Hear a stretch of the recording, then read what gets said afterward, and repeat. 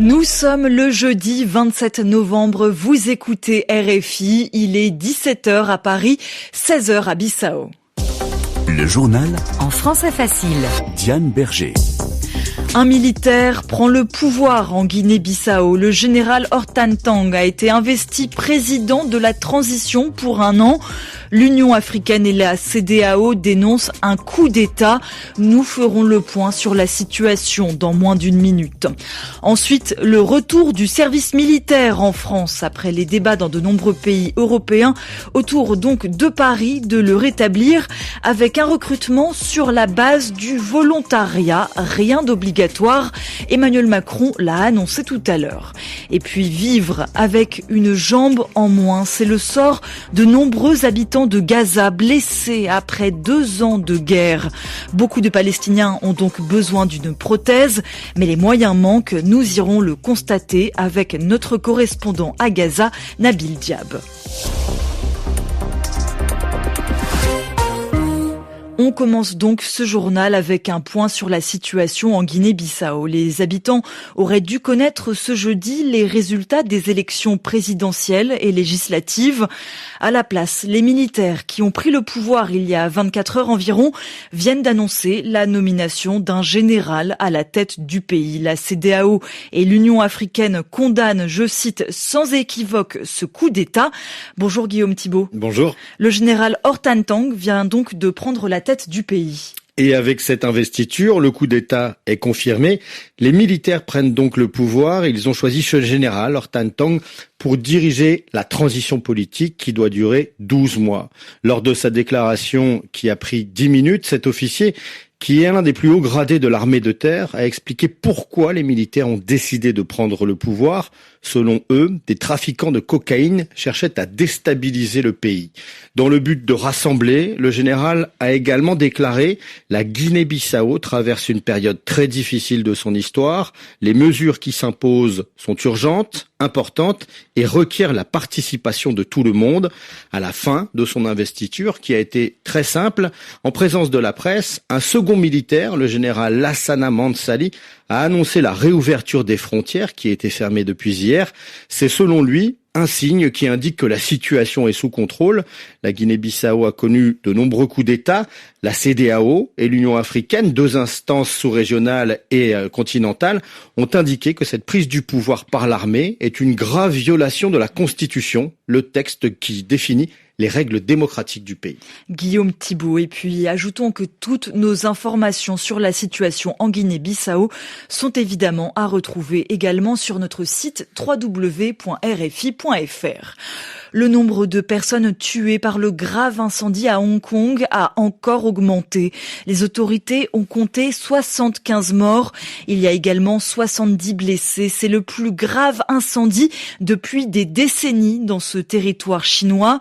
Et le bilan risque encore d'augmenter. Plus de 250 personnes sont portées disparues. Les flammes ont ravagé un ensemble de gratte-ciel. Les causes exactes du feu ne sont pas encore connues, mais il s'est propagé rapidement à cause d'échafaudages en bambou.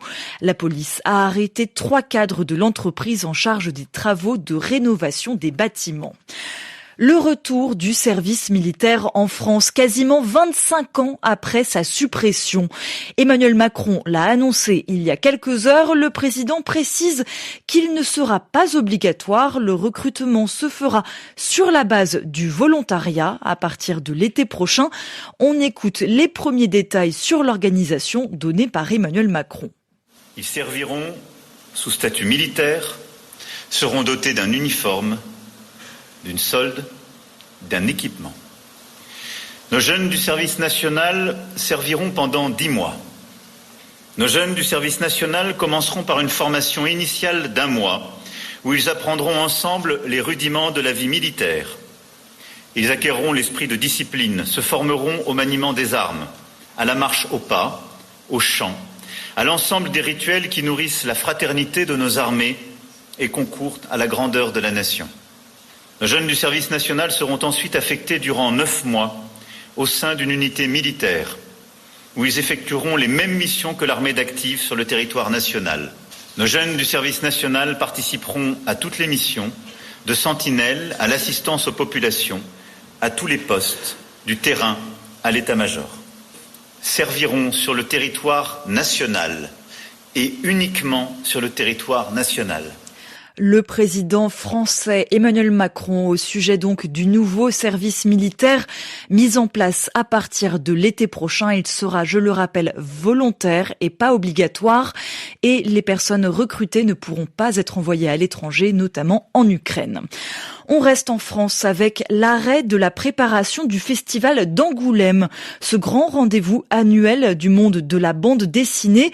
Les organisateurs ont annoncé faire une pause il y a quelques heures. La prochaine édition devait avoir lieu du 29 janvier au 1er février prochain, mais de très nombreux auteurs la boycottent. Ils ne vont pas s'y rendre. Ils dénoncent les problèmes de gestion nombreux du festival. Beaucoup citent notamment le cas d'une ancienne salariée. Elle a été licenciée après avoir porté plainte pour un viol survenu en marge de l'événement. Le journal en français facile.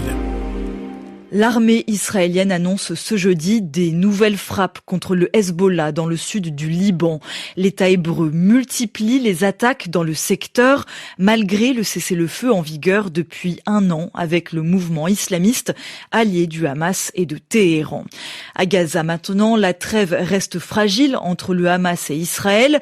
Les habitants tentent, eux, de se reconstruire. Dans le sud de l'enclave, l'ONG Handicap International a mis en place le centre Nala, une structure qui fabrique des prothèses pour les personnes amputées, des fausses jambes pour retrouver la possibilité de marcher malgré les blessures causées par 2 ans de guerre.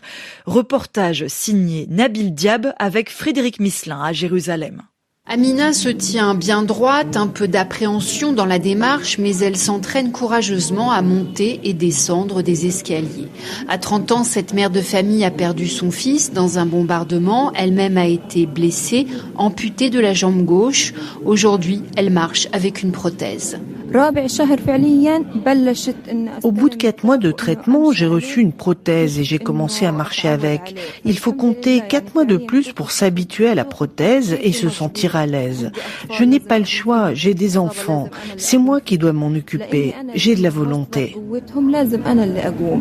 Au centre Narla, les prothésistes sont peu nombreux et les matériaux difficiles à obtenir, comme l'explique Adil Saha, la chef de projet. Nous avons besoin de nos propres matériaux. Nous avons pu importer une cargaison en février 2025 qui permettra de traiter environ 300 personnes. Mais ce nombre est insuffisant. Nous avons des matériaux bloqués à l'étranger et nous ne pouvons pas les faire entrer en raison des restrictions imposées par les Israéliens. Les équipes de Handicap International fournissent également aux personnes amputées des soins de kinésithérapie et un soutien psychologique. Nabil Diab dans la bande de Gaza, Frédéric Misselin, Jérusalem, RFI. Précisons que selon l'OMS, l'Organisation mondiale de la santé, 6000 prothèses sont nécessaires aujourd'hui dans l'enclave palestinienne.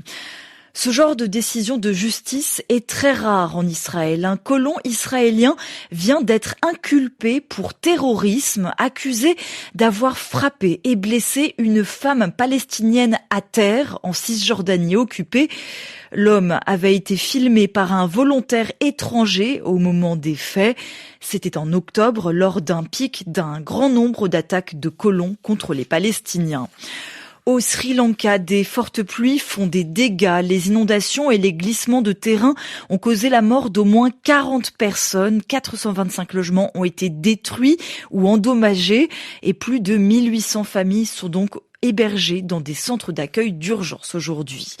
Elle sort de prison après 18 mois derrière les barreaux. L'avocate tunisienne Sonia Damani, également une chroniqueuse connue dans son pays, elle avait été condamnée dans plusieurs affaires liées à des choses qu'elle avait dites à la télévision et à la radio concernant le racisme en Tunisie.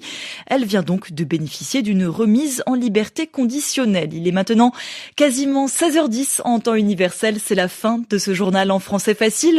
Mais vous pouvez le retrouver sur notre site dédié françaisfacile.rfi.fr.